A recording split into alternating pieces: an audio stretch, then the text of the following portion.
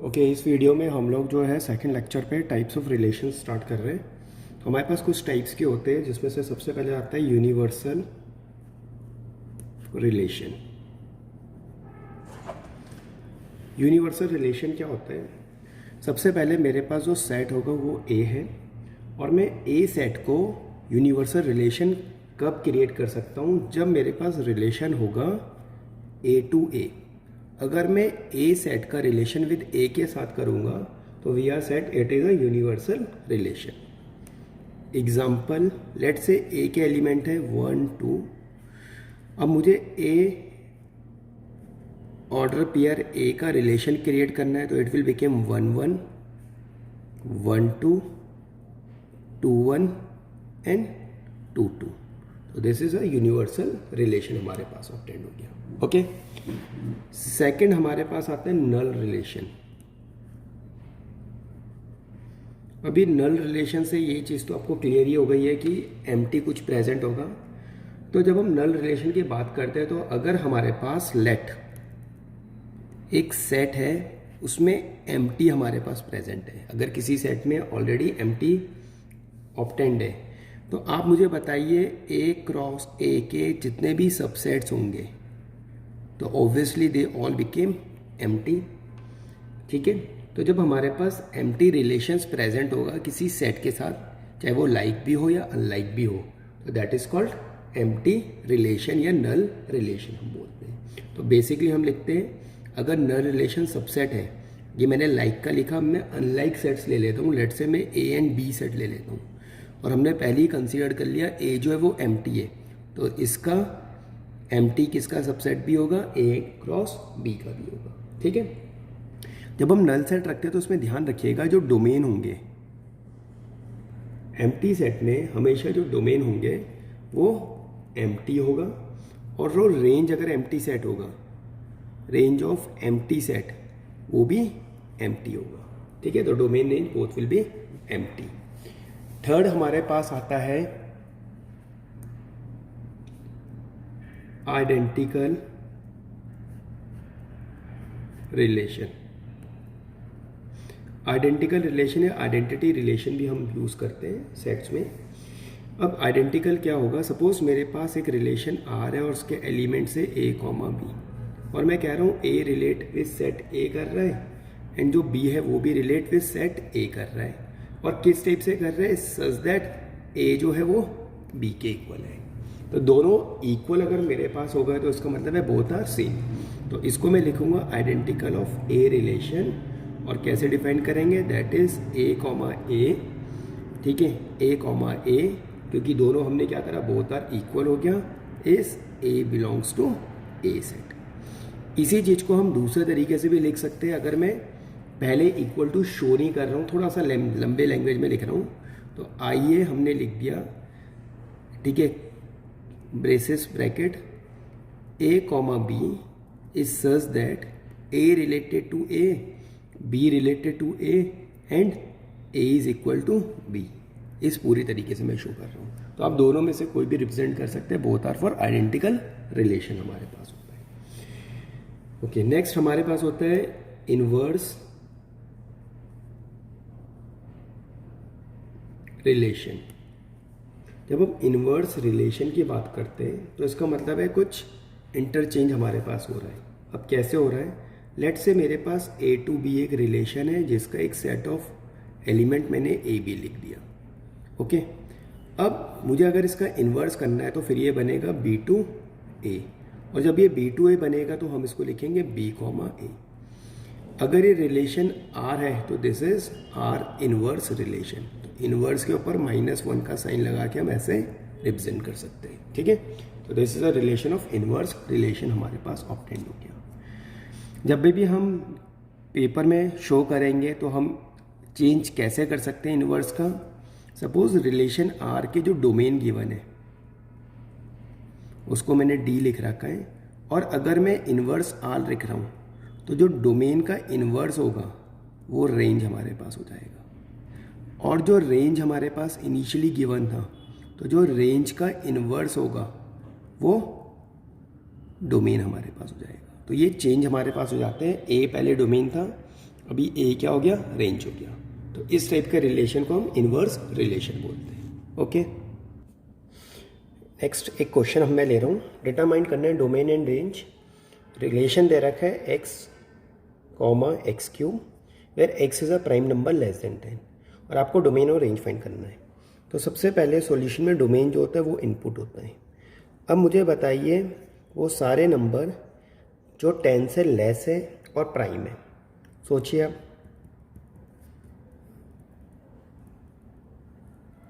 Okay आप लोगों ने यही सोचा होगा 2 3 5 7। 2 का ध्यान रखना, 2 is a only even number which is prime.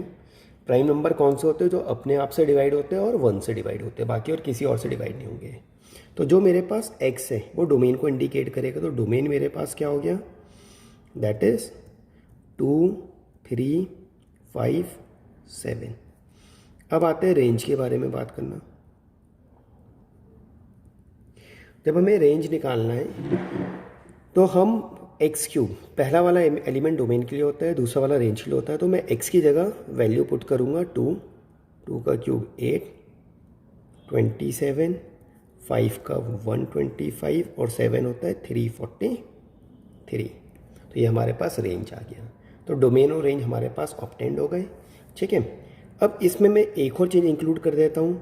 आपको कहेगा फाइंड करना है आर इन्वर्स। तो मैं आर इन्वर्स कैसे लिखूँगा, देखिए इस वाले सेट्स को अगर मुझे ऑर्डर पेयर में इंडिकेट करना है तो हम ऑर्डर पेयर में कैसे लिखेंगे, 2, 8, 3, 27, 5, 125 एंड 7, 343। इस टाइप से हम रिप्रेजेंट करेंगे। अब इसका आर इन्वर्स करते हैं तो ये मेरे पास बन गया 8, 2, 27, 3, 125, 5 एंड 342, 3, 7। ये हमारे पास इसका इन्वर्स भी ऑब्टेंड हो गया। क्लियर? तो अब आप लोगों को कॉन्सेप्ट क्लियर हो गया होगा कि इन्वर्स कैसे निकालते हैं, डोमेन क्या होता है। अब नेक्स्ट हम फंक्शन स्टार्ट करेंगे। तो इस वीडियो में सेकंड पार्ट हमारा फंक्शन का है। ओके, फंक्शंस में सबसे पहले तो मेरे को एक क्वेश्चन है कि हम लोगों ने ना सेट पढ़ा था और सेट को जब हम आगे आए तो हमारा रिलेशन क्रिएट हुआ और उसके बाद नेक्स्ट फंक्शन हुआ। इसका मतलब है ये सब रिलेट होते हुए मूव कर रहे हैं।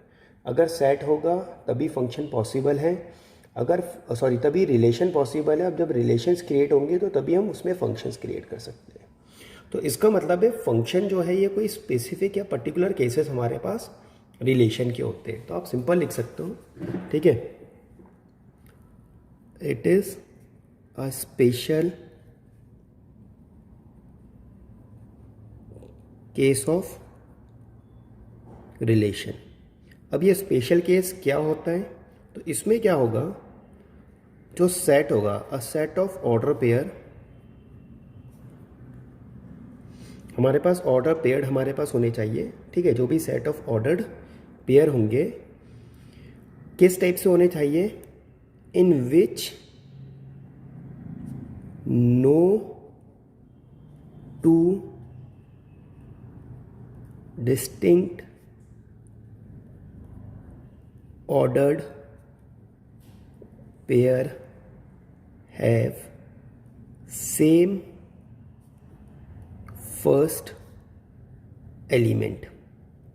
देखिए इसका मीनिंग क्या हुआ, स्पेशली जो ये no two distinct order pair have same first element. अभी सेम फर्स्ट एलिमेंट के लिए मैं ये भी लिख सकता हूँ ब्रैकेट में डोमेन। अभी हम पहले एक एग्जांपल लेते हैं। लेट से मैं एक ऑर्डर पेयर लिखता हूँ 1, 2, 2, 3, 3, 4, 4, 7, 2, 9। हमने इस टाइप से लिख दिया ऑर्डर पेयर। ओके, अब इस ऑर्डर पेयर में अगर आप देखेंगे 2 डिस्टिंक्ट ऑर्डर पेयर, ये 2 डिफरेंट ऑर्डर पेयर है, बहुत सारे, बट मैं इन 2 की बात कर रहा हूँ। इन दोनों ऑर्डर पेयर में एलिमेंट 2 और एलिमेंट 2 ये हमारे पास क्या आ रहा है, कॉमन आ रहा है। दोनों में एक कॉमन है ना। और हमें डेफिनेशन में क्या कहा है, no 2 distinct order pair have same first element, उनमें फर्स्ट एलिमेंट सेम नहीं होना चाहिए। तो इसका मतलब है it is not a function, यह फंक्शन नहीं होगा। तो अभी फंक्शन क्या होगा, लेट से फिर मैं एक ऑर्डर पेयर ले रहा हूँ, लेट से 1 2 2 3 3 4 and 5 7 and so on whatever. In order pairs में जो मेरा फर्स्ट वाला एलिमेंट है domain, is it same? No, it is not a same. तो दिस इज फंक्शन। कोई भी सेम नहीं है ना, तो it is a function. Okay, तो हमने ये अब देखिए हमने जो केसेस बनाए थे ना, दोनों केसेस, उसका मैं डायग्राम बना रहा हूँ ओवल शेप। तो जो पहले वाले केस में मैंने यहाँ पे 1 2 3 4 लिखा है और यहाँ पे 2 3 4 7 9। तो ये आपके पास आया कैसे? जो हमने डोमेन ऑब्टेन करे थे, डोमेन का मतलब है जो पहला वाला एलिमेंट है वो लिखा था, तो वो पहले एलिमेंट्स को हमने इसमें इंडिकेट करा है।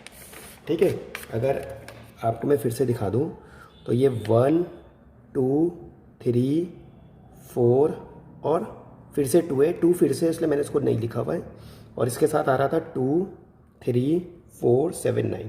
तो जो पहले वाले एलिमेंट है ये x के, दूसरे वाले y के। ओके, तो ये हमारे पास डोमेन और रेंज को इंडिकेट कर रहा है। ठीक है, तो मैं इसी का डायग्राम को ड्रॉ कर रहा हूँ।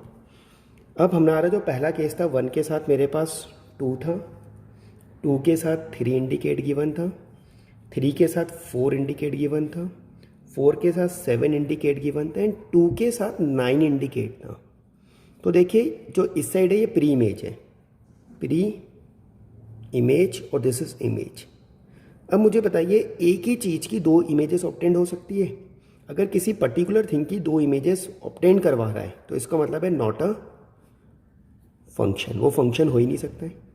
ओके, इधर वाला केस देखते हैं। 1 के साथ हमारे पास गिवन था 2, 2 के साथ 3, 3 के साथ 4 एंड 4 के साथ 7। तो यहाँ पे मेरे पास प्री इमेजेस हैं और इमेजेस है, और सबकी अपनी यूनिक इमेज है, तो दिस इज़ अ फंक्शन। ये हमारे पास फंक्शन हो गया। ठीक है, डोमेन इस केस में 1 2 3 4 एंड रेंज इस केस में क्या हो गया 2 3 4 7। अगर आपसे पूछेगा व्हाट इज़ को डोमेन, तो को डोमेन मेरे पास क्या हो गए, दैट इज़ 2 3 4 7।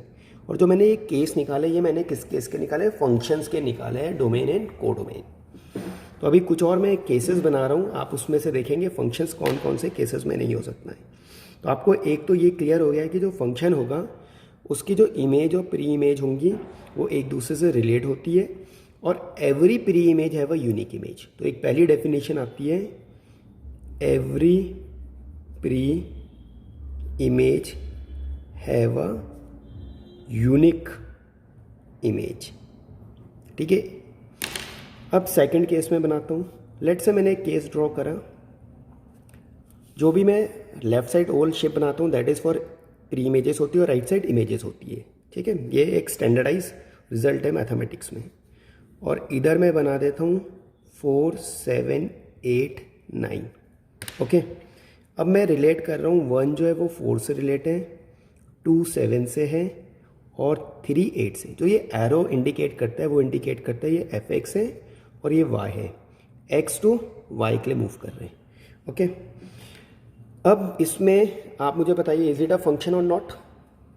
डेफिनेशन देखेंगे, डेफिनेशन में क्या रखा है, every pre image have a unique image. Obviously her pre image की यूनिक इमेज है, तो इट इज़ अ फंक्शन। अब क्वेश्चन ये अराइज होता है कि सर जो हमारे पास इमेज है 9, उसके लिए तो कोई भी प्री इमेज नहीं है, तो उससे कोई रिलेट कुछ ही इफेक्ट पड़ेगा। तो आपका डोमेन ऑब्टेंड होगा 1 2 3, रेंज जो प्री इमेजेस के साथ रिलेट कर रहे हैं दैट इज़ 4 7 8। और अगर मैं आपको इसका कहूँगा को डोमेन, तो को डोमेन में सारे एलिमेंट आ जाते हैं जो वाई पे लाई करते हैं, that is 4 7 8 9। If you remember we have told you in last part of this video, previous part of this video, कि range is a subset of codomain. हमने कहा था ना range subset of codomain होगा, तो देखिए it is a subset of codomain. Clear, तो ये हमारे पास इमेज, प्री इमेज और यूनिकनेस उसके बारे में इंडिकेट कर रहा है। क्लियर, तो अब आपको इतना पार्ट को डोमेन और रेंज और फंक्शन का आई विश क्लियर हो गया होगा। अदरवाइज किसी को प्रॉब्लम होगा, कुछ क्लियर नहीं होगा, तो आप इसमें मुझसे ठीक है कमेंट करके आप पूछ सकते हैं। ठीक है, आज का वीडियो में इतना ही आपके पास अब।